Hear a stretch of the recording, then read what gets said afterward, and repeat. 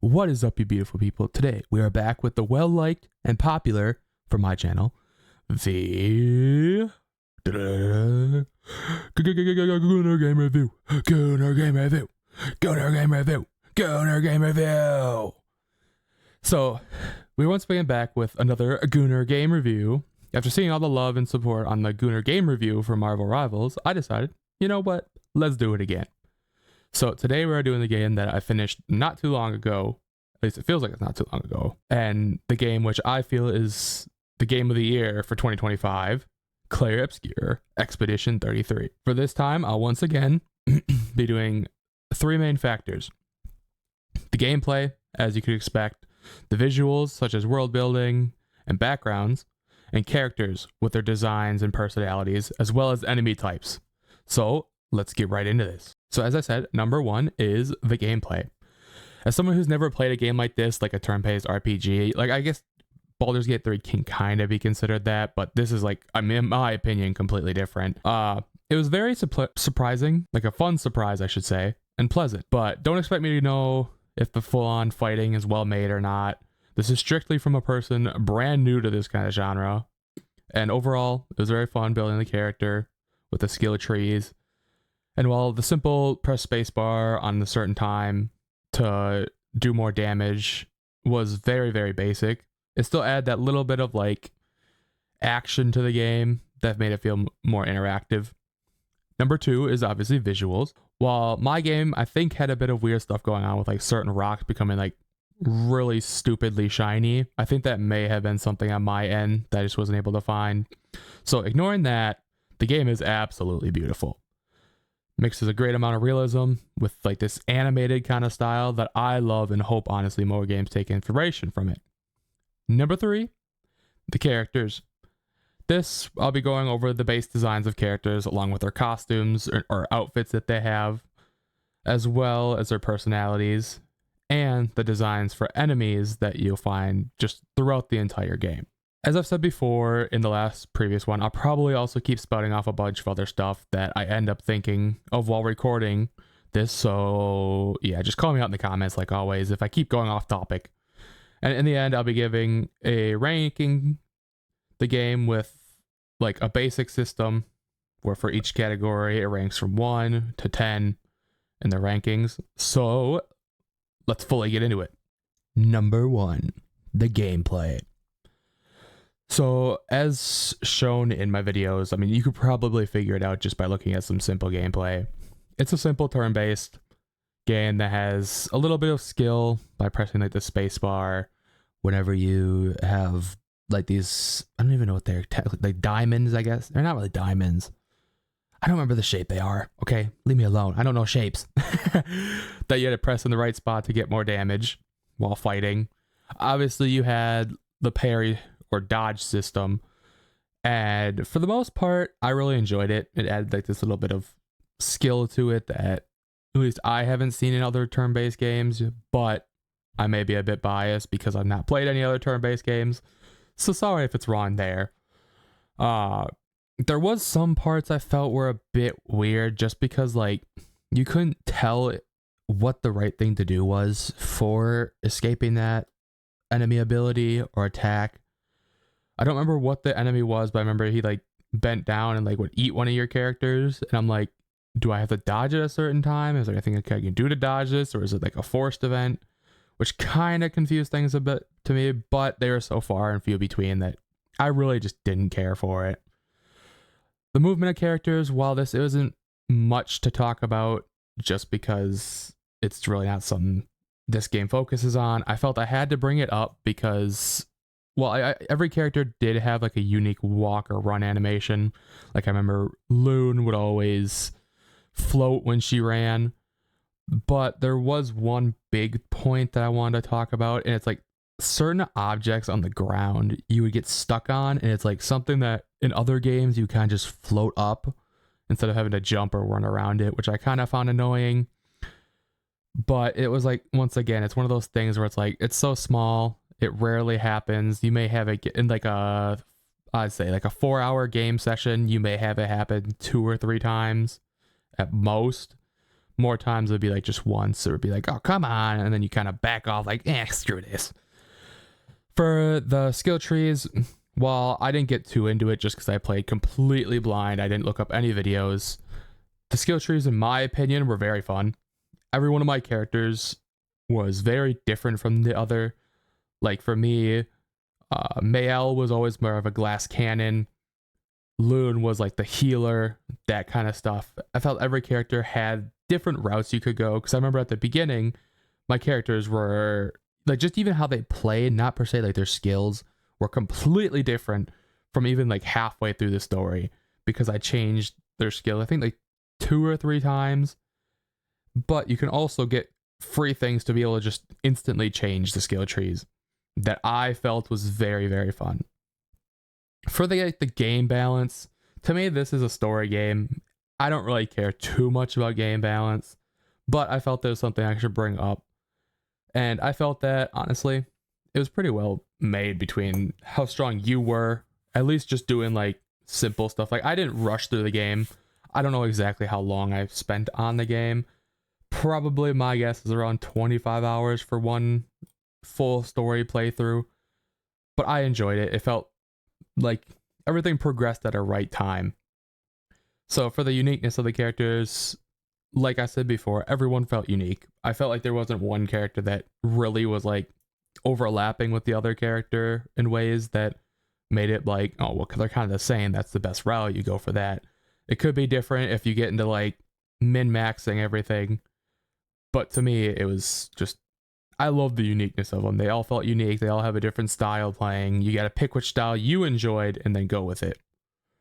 So to me, the game is overall very, very fun to the average person. Even somebody like myself who never even played a turn-based RPG, I felt was a very, very fun game. Like I said before, it could be, I honestly think it's just going to be my game of the year. Now for number 2, visuals. So, as I said before, I love the great mix of like a realistic style, but also this like animated style that made it feel like a game. Like I know a lot of people not like, there's a lot, to me at least, there's a lot of complaints out there that's like games are trying to be too much like movies. And it's like, I can't exactly disagree, because it's like you look at like certain games like The Last of Us, which is like, I feel like the main one that started everything. It just feels like the person who made the game wanted to make a movie, but couldn't make a movie, so they made a game about it. And I feel like a lot of, not all of them, but I feel like there's like now a good chunk of games which like kind of just ignore the actual game portion of it and go focus more on just everything looking pretty. It's like, that's not the main thing that you need. And that's why I love this, because it mixed that well, where it's like you can look at different pictures and stuff from the game or even videos, and it's like it looks like a game, but it also has this like realistic style. Now I did have a bit of a problem with like these like shine, like especially in like cave areas, like the rocks just seem like very, very shiny. I don't know if that's just a me issue or like some setting I changed which screwed everything up, or I don't know, but I think it's more of something on my end that kind of messed it up. So I can't exactly blame the game developers for that, because it was something on me. Another thing that I remember, because I started taking screenshots, for God's sake. I never take screenshots of games, but like there's like a lot of backgrounds that made the world just feel like so unique, so huge, and just like I loved it. I love like there's certain parts of the game where it's just like you look off into the background and everything just looks so like pretty, unique, scary, all these different things. And it's, I just, to me, it was something that honestly is pushing me towards why this game I feel is so good. And every area, or I shouldn't say everyone, but like 95% of them felt unique.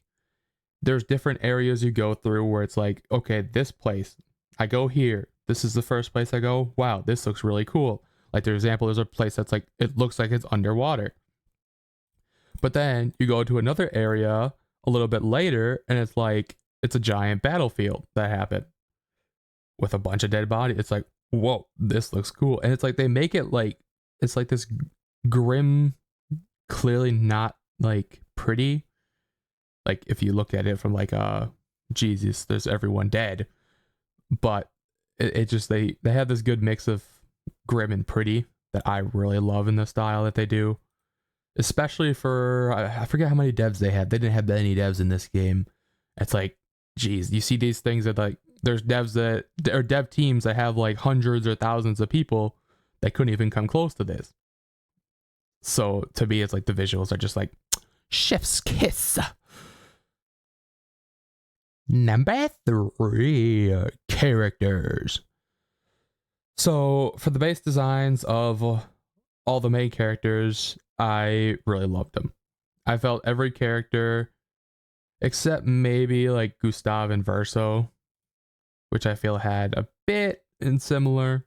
I really loved them. Every character had this unique look and feel to them. From Mayel being this redheaded, more petite girl that's a teenager that obviously comes on the expedition because she wants to follow Gustav and kind of just get out there. Then there's Loon, who's the like smart one, the really I guess kind of nerdy, you can technically call her. And then she has this unique design where she's got all the markings on her, even though for some reason they have her grippers out. Like, why are her grippers out at all times? I mean, hey, somebody likes the feet fetish. I can't blame them, okay? It's not my thing, but if it's your thing, go ahead, buddy. Then obviously there's CL, who I felt was a little bit kind of basic, but I did still like her design because it was sometimes that simple character is what you need in the game to kind of like base it in reality, or base it where the player can relate. Like, hey, if there's a female that plays the game, it's like, hey, I look like CL sort of. Obviously her like neck, chest kind of tattoo is pretty cool. I really liked it. I thought it was pretty cool. And obviously there's Verso, who to me, like I said, kind of looks like Gustav in a way. So it's a little bit kind of too similar for my taste, but it's unique enough to where it's like you can tell the difference between Gustav and Verso. I also like his like white hair. I like his personality. I'm not gonna put any spoiling stuff just because I'm not that kind of person, but it was definitely out there, I should say. And then as well, there is Monaco, who I love the design of. Very like, it's just one of those characters you don't see. You're never gonna see probably somebody like Monaco in another game. His parts are probably where I laugh the most between him and Verso. Maybe a little bit with SK, kind of. Yeah, it's mainly I feel like the ones I like had like the comedic relief was SK and Monaco that I loved. And obviously there's Monaco that I loved his design too. Just very unique. They clearly put some time and effort into making the game feel unique. Now for the enemy designs, I felt they were all really good. Obviously, no matter what you're gonna do, you're gonna have repeating designs in games, especially in the same areas. But I felt like almost every area had their unique characters to them that made that like area even more unique. Because like you can have a unique area, but if you have the same enemies you've been fighting for the past 2-3 hours that were in the previous area keep repeating here, it's gonna be like, well, what's the point of this? It's like I'm fighting the same people over and over again that why do I even keep playing it? The voice actors, honestly, I thought they were absolutely amazing. There's parts very far and few between that made me like chuckle, like, oh my god, they kind of messed up there. But that's expected, especially from such a smaller team. And it's like, I don't want to spoil it. I'm not gonna spoil it. I'm not gonna do it. Let's just say there was a moment that the voice actors they had during a moment, which could be a spoiler, that I loved how the voice acting was. It just felt so real. and I loved it. And now for the one that shocked the heck out of me, there's something in it. This game that was absolutely stunning, and that is the jiggle physics. Yeah, I found out, I think it was like halfway through my game, which would have been like, what would that be, like 13 hours about, that the game has jiggle physics. I was like, in today's day and age, they have that? What the heck? And to me, it was like, I don't know. I feel like there's certain things I really like in realism that I just feel like it's like, why ignore that? Like, as much as some people online and stuff say it, it's like breast jiggle, butts jiggle, the body jiggles when you move. It's like, it's stuff that should be in there, but it's just, they don't. Now, for the final talking point about characters, it'll be like the alternate outfits you can collect within the game. And while some of them, like, they're just not my style at all, I really hated them, there's still like a very good mix of selections between the characters that you most likely will find something you like. Whether it's the basic outfits, there's slight different basic outfits. There's just like funny outfits. There's more casual outfits. Like, and my favorite ones is the swimsuits. That was one that I accidentally got spoiled from it, sadly. But there's a swimsuit for everyone that, and I think the girls have two if I remember right. But it's like, they did everything like how I enjoy it. If you're going to make swimsuits for females, make them for males too. So both males and females in real life can enjoy it. Plus, there's the funny swimsuit from Monaco, which is a mankini. But I felt like it was just such good outfit selections that I would definitely highly, highly rate it. So there you have it. A review done by a gamer for gamers and gooners that I've made to have a rating for every gamer that can see it, that is unbiased from outside factors, whether it's politics, being influenced by money because a company pays them, or whatever. It's just made by somebody who loves games. Games probably save me from some stuff that I wouldn't want to be doing. And so now I'm going to be doing the final ratings for a game. So let's go right into it. For gameplay, I give it a 8 out of 10 SKAs, the best boy, because I felt it was very fun, even if it's not something I often play, like a game genre. Visuals get a 9.5 out of 10 screenshots I took from the game, because I took a lot of them because I loved it so much. Characters get a 9 out of 10 outfits from the game, which I love. And for the best rating of them all, the Gooner rating, drum roll please, gets an 8 out of 10 loon feet pics. So overall, I think the game is very well made, especially for the small dev team. It's very consumer friendly. Like, I'm pretty sure, was it $50? I think it was.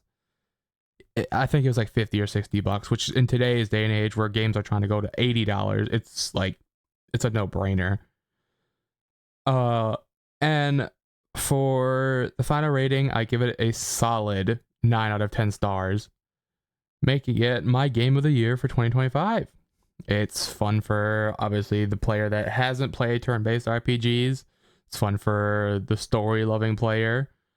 Should be fun for, obviously, somebody who's played a lot of turn-based RPGs. And, of course, the Gooner. You know him. You love him. Well, not everyone loves him, but... So, that's my final rating. My final review of Clair Obscur Expedition 33. Obviously, I have the entire footage on my channel. So go check that out if you like it, or if you want to see the game. And remember, boys and girls, stay vigilant, stay gooning, and have a wonderful rest of your day.